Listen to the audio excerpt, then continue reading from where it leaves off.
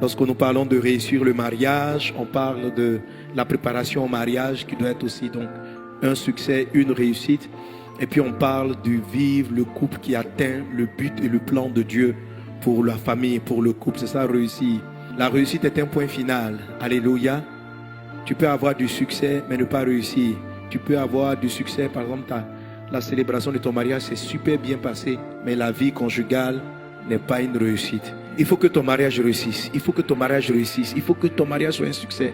Le mariage qui est réussi est un mariage où tu vis le bonheur. La Bible dit que celui qui a trouvé une femme a trouvé le bonheur. Donc tout le monde aspire au bonheur. Tout le monde cherche le bonheur. Mais un mariage doit être fait dans certaines conditions pour pouvoir donner les résultats escomptés. Tu ne peux pas attendre que ton appareil donne les raisons ou bien le fruit, les raisons pour lesquelles il a été conçu si tu ne l'utilises pas dans les conditions. Si ta montre a été conçue pour donner l'heure et elle n'est pas faite pour aller sous l'eau, que tu vas sous l'eau avec la montre, tu ne vas pas arriver à lire l'heure, ton utilisation de la montre n'aura pas été une réussite. Pour qu'une chose réussisse, il faut qu'elle marche, il faut qu'elle fonctionne selon le cahier de charge, selon les notices qui lui sont apposées. Le mariage n'est pas une institution des hommes, ce ne sont pas les hommes qui sont assis et qui ont décidé de créer le mariage. On trouve les mariages dans tous les peuples sur la terre. Il y a le mariage parce que c'est quelque chose qui vient de très longtemps, qui vient depuis la création. La famille, le couple est la première chose pour les humains parce que Dieu a d'abord béni les animaux, mais c'est la première des choses que Dieu a béni. C'est au couple que Dieu a béni en disant soyez féconds, multipliez, remplissez la terre, assujettissez, dominez. C'est dans le mariage que tu atteins la domination, que tu manifestes ton potentiel.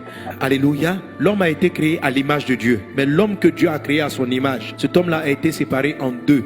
Lorsque Dieu a créé l'homme à son image, il a endormi Adam et lui a enlevé une côte. Donc l'homme qui est créé à l'image de Dieu n'est plus le Adam qu'on a connu. L'homme qui est créé à l'image de Dieu, c'est une combinaison de Adam et de Ève. Un homme, garçon, sans sa femme, qui n'a pas l'équilibre qu'il faut. Est-ce que quelqu'un est avec moi? Tu vas atteindre le plein potentiel de ce que Dieu a déposé en toi dans le mariage. Que Dieu, dans sa grâce divine, puisse te donner de l'atteindre dans le nom de Jésus.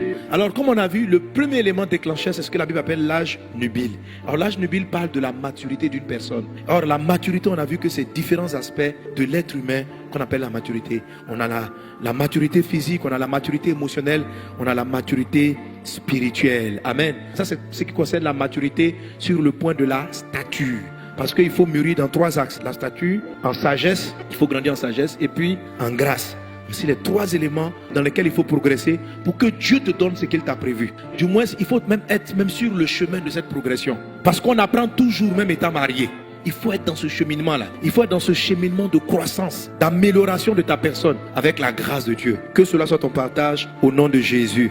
La maturité, là, elle est très simple, c'est la base. Dieu a tellement parlé de ça que j'ai compris qu'en fait, tout commence là. Tout commence au moment où Dieu te regarde et puis il dit, il n'est pas bon que tu sois seul. Et il commence à chercher ton partenaire. Il met en place le système de ton partenaire.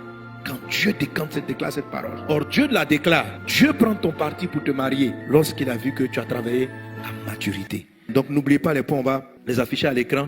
Ça, c'est la maturité au niveau de l'âme. Des 10 points qui montrent qu'une personne manque de maturité émotionnelle. Parce que c'est la partie la plus importante dans le mariage. La méconnaissance de soi, l'instabilité émotionnelle. Si tu te fâches, tu es content, tes humeurs changent trop, ça c'est un problème. L'égocentrisme, toute la tête, tu juges le monde à partir de toi, tu contrôles les autres à partir de toi, tes émotions sont les plus importantes. Ça, c'est pas bien, il faut que ça change. Amen. Manque d'autonomie et de responsabilité. Alléluia.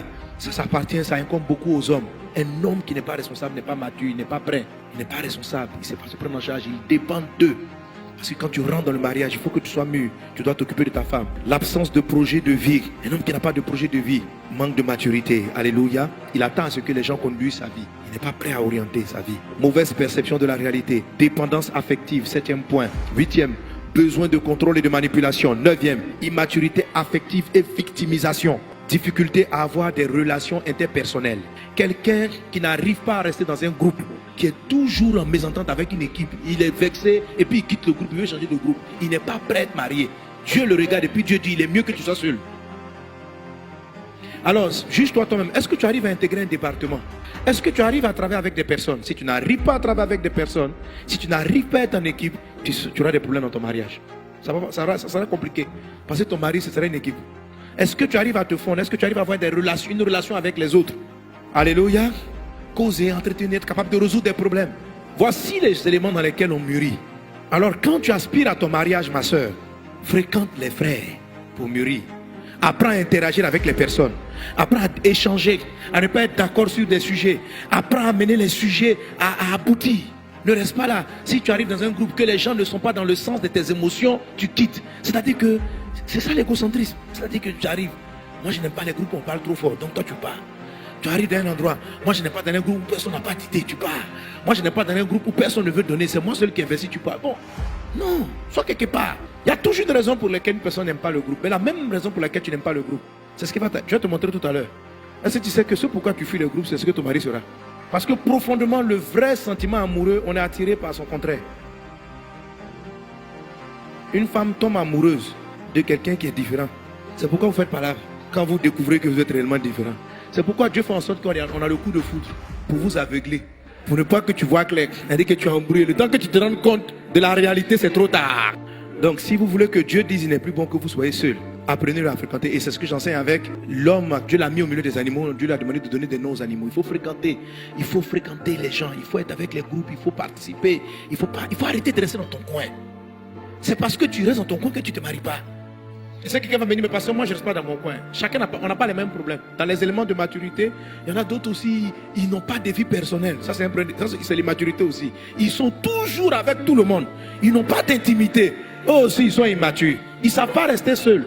Ils ont besoin de personnes pour se sentir exister. C'est encore de l'immaturité. Donc l'isolation exagérée, c'est de l'immaturité. Le fait de vouloir être toujours avec tout le monde et tout le temps, c'est encore de l'immaturité.